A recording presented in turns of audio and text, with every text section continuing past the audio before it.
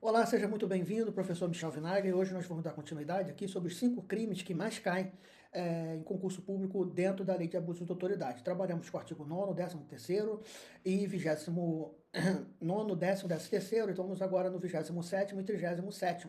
Então vamos dar continuidade aqui ao nosso estudo, mas antes eu queria que você, se puder, se inscrevesse no canal, compartilhasse, ajudasse a gente, né? Somos aí um canal de direito criminal especializado, né, na legislação penal especial. Então, se você quiser nos ajudar, então vamos dar continuidade. Artigo 4º, né? Crime 4º, perdão. Vamos lá então, já está aberto, eu tenho certeza que você já abriu esse seu VATMECO, né, virtual, enfim. Artigo 27 é sobre o núcleo do tipo, é sobre requerer ou instaurar procedimento sem qualquer indício. Então você percebe que dentro do direito penal, isso tanto na legislação penal ali do Código Penal do 120 em diante, né, 121 em diante, você tem que ir ali, o núcleo do tipo, você tem que ali pegar cada palavra. Nesse caso aqui, no caso em textilha, é tanto requerer, instaurar, e ainda você tem que se ater a esse procedimento sem qualquer indício, ou seja, o crime. Quando eu instauro, quando requisito, quando eu instauro ou eu vou instaurar um procedimento investigatório de uma infração penal ou administrativa em desfavor de alguém, a falta de qualquer indício da prática de crime ilícito funcional ou administrativo. Então você percebe que há uma gama muito maior do que você pode imaginar. Não é só na questão penal. Deixa eu ler aqui o artigo ipsilit. Deixa eu ver se eu acho.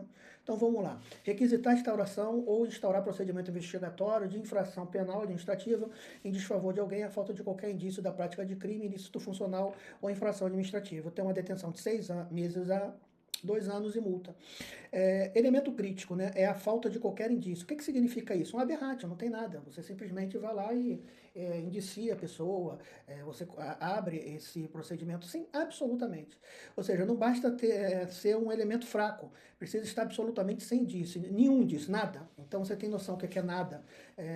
Então, vamos lá, uma diferença, né? Uma investigação com indícios fracos não é crime, é uma divergência interpretativa.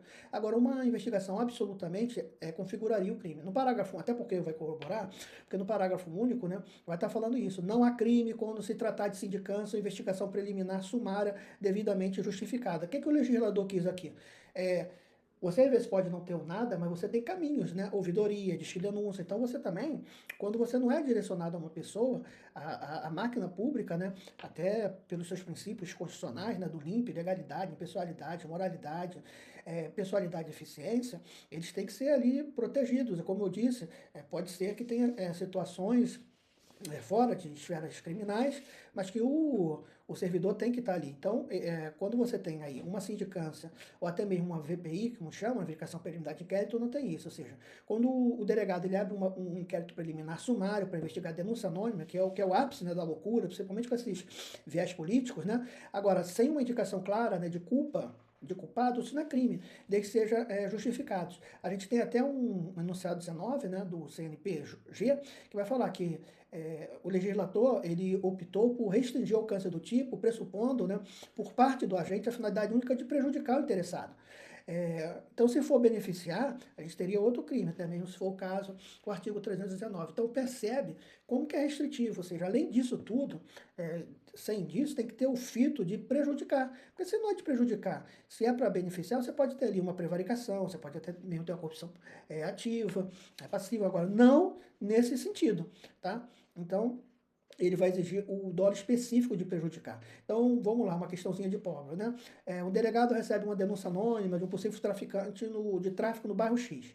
Abre inquérito genérico contra desconhecido. Na localidade do Saco da Lama, há pessoas que estão ali vendendo entorpecente, tal. Então, ali, há o crime do artigo 10? Não. Por quê? Há pelo menos um indício, ou seja, há uma denúncia, mesmo que anônima, não há desfavor de alguém específico, ela é genérica, nem falta elementos objetivos. Agora, eu sei que poderia ter até uma questão, professor, mas então se eu falasse que era o Joaquim, poderia abrir? Não, você poderia ali abrir ela genérica, investigar, sim, ali o Joaquim, mas não especificamente foi motivado, né? O próprio indício veio pela denúncia anônima, que são meios legais dispostos ao cidadão, tá bom? Artigo 37, aspecto 71 e 27, ele vai falar sobre demorar demasiadamente e injustificamente no exame de processo. Esse crime, ele vai estar ali cometido como demorar demasiadamente e injustificamente injustificadamente no exame do processo que tenha requisitado vista em órgão colegiado com o intuito de procrastinar seu andamento ou retardar. Ou seja, eu preciso estar no órgão colegiado e pedir vista. Então, se for o relator e caiu ali para a conclusão, tem esse tipo? Não houve pedido de vista. Se for até mesmo ao revisor no prazo, né, ao revisor e ele retardou, não tem o pedido de vista. O que houve da parte do legislador, tirar aquela chincana, né, que tinha acontecido até em Tribunal Superior, da pessoa pedir vista e haver prescrições, assim, homéricas, né? Então a gente tem nesse caso aqui um elemento crítico, né, porque a gente teria uma dupla exigência, ou seja, demasiadamente e injustificadamente. Um relator que pediu vista, um desembargador, mas entrou de férias, é injustificadamente? Não. Um gabinete sobrecarregado, é injustificadamente? Não. Então, não é apenas ter que ter o excesso. Olha só, os prazos penais, principalmente para a magistratura, eles não são prazos aritméticos. Né? Você sabe disso. Você tem ali, o juiz tem 30 dias para dar sentença, não vai dar. O excesso na instrução criminal não são prazos, tem ali complexidade do processo. Se a parte em si, uma das partes estão usando isso em desfavor, ela não pode ser beneficiada. Então, são coisas, né? A própria emenda 45 ficou muito muito assim vaga, né? Porque você, de alguma forma, você não soube exigiu ali, mas você não bateu onde que seria ali, demora um prazo razoável do processo. Então, um desembargador pede vista, prazo legal 30 dias, decorre 35. A crime, se você tivesse na letra da lei, sim, passou de 30, tá? Mas ultrapassou o prazo demasiadamente? Não. Foi injustificado? Não. Então, você tem que entender nisso, que pode ter tido ali você tem que ver se o desembargador ele atrasou por negligência pura, sem intenção de prejudicar. Então, todos esses requisitos tem que ter prazo razoável, né? O prazo razoável é aquilo que envolve o mínimo realmente que pode acontecer. Porque razoabilidade, exemplo, né? Eu que trabalho no Brasil todo, a gente tem hoje tribunais, exemplo, da Bahia é muito lento. Alguns do interior é muito lento. E todas as comarcas, geralmente, né? Exemplo, aqui eu sou do Rio de Janeiro. Rio de Janeiro a gente tem a capital um pouco mais rápido, vocês têm a Baixada Fluminense, São João e Meriti com 2 varas criminais. Então a gente sabe dessas questões. Apesar de eu estar atento, né? Até houve uma certa confusão, de repente você pode estar falando que a gente está atrapalhando de crime de segunda instância, algo colegiado. E eu trabalho sempre com exemplo de desembargador, mas sempre lembrando, né, que não é distrito a isso, eu já falei em outra aula. A gente tem aí casos de turmas recursais, pelo menos. A questão que você tem que se ater não é a desembargador, é a órgão recursal. Então vamos dar uma olhadinha aqui, eu preparei um material fácil para vocês, né? A escalada de indícios. Vamos trabalhar aqui com o artigo 27. Nível 1, denúncia anônima, indício fraco, divergência, traço fato típico, né? Definição, há pelo menos um indício, investigar criminoso desconhecido via denúncia anônima, inquérito preliminar justificado, exclui o crime, né? Agora, requisitar, instaurar procedimento a falta de qualquer indício. Nível 0, vazio, né? Agora, quando tem um crime configurado, definição, é quando não tem nenhuma evidência, instaurado baseado em perseguição pura. A gente tem até o enunciado 19, né? Atenção ao dolo também, né? Agir com intenção de beneficiar alguém, instaurando procedimento indevido, não é o crime do artigo 27, como diz, né? Por quê? Porque o dolo específico é de prejudicar. Você pode ter o 319, o 327, mas não ter, de alguma maneira, aí, o do 27 da lei. Agora a gente está falando do artigo 37, né? Vamos aqui da esquerda para a direita, do vermelho, né? Crime do artigo 37. Então, a retenção de processo em órgão colegiado. A gente sempre fala de desembargador, mas tem que tomar cuidado, isso até eu, né? Para não te levar a erro. Crime do artigo 37. Intuito de procrastinar, ou seja, há esse intuito, né? Dolo específico, ou seja, você tem que ter exigido isso. Aí você abre, né? Falsa, nenhuma justificativa, demora justificada, negligência não basta. Prazo legal ultrapassado, demora demasiada, ferida no caso concreto pelo STJ. O que houve no STJ, né? A defesa da complexidade. O STJ vai estar entendendo que o prazo razoável não é matemático, ele não é igual o exemplo, o prazo de 30 dias para devolver, mas 35 configurou? Hipoteticamente sim, mas não é matemático, né? Há situações que possam estar, desembargador geralmente, até colegiado, tem muitas vezes, ele não está de férias, mas ele vai ali para o órgão especial, então ele é retirado das suas funções, uma série de coisas.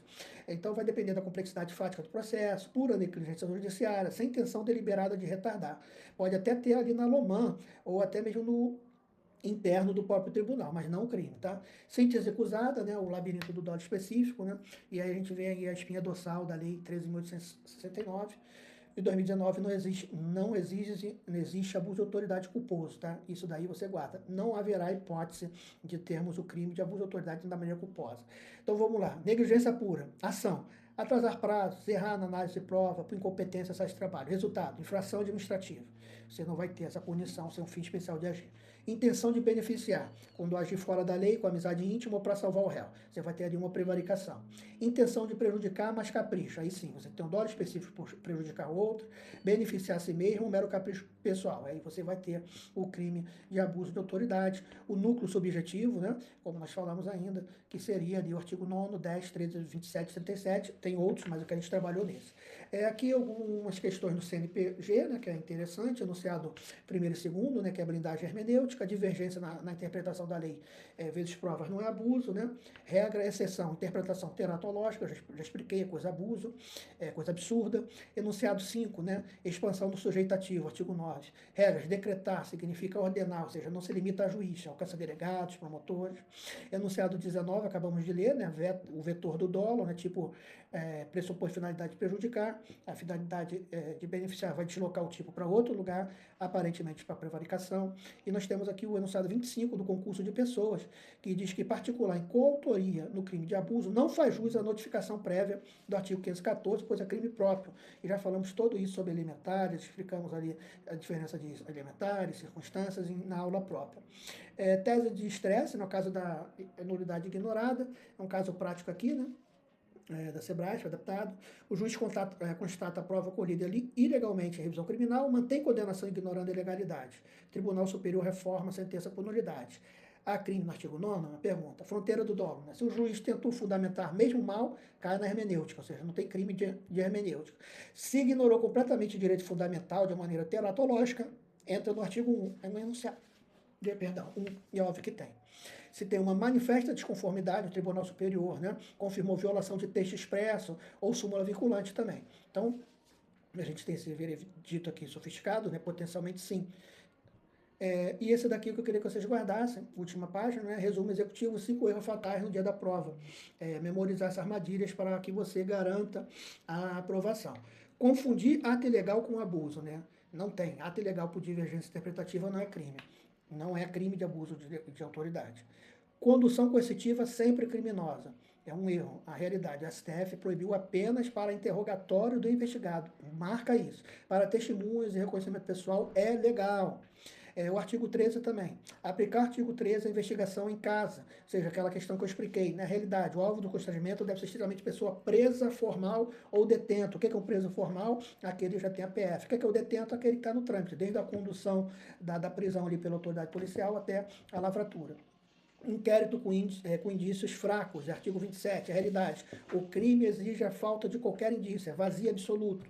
E condenar-se eventuário no artigo 9º, a realidade. O crime omissivo de não relaxar a prisão exige poder de decisão. Então, poxa, não houve a lavratura, não houve o cumprimento, é outra coisa. Agora, o crime omissivo de não relaxar a prisão, ela tem que ter o quê? Um poder de decisão. O que é que nós trabalhamos? Toda a questão do crime de autoridade vai continuar. É próprio ofício. Então, se não há competência para o ato, não tem que se falar que tenha. Então, querido, espero que você tenha gostado, espero que você compartilhe, curta, se inscreva no canal, tem mais depois.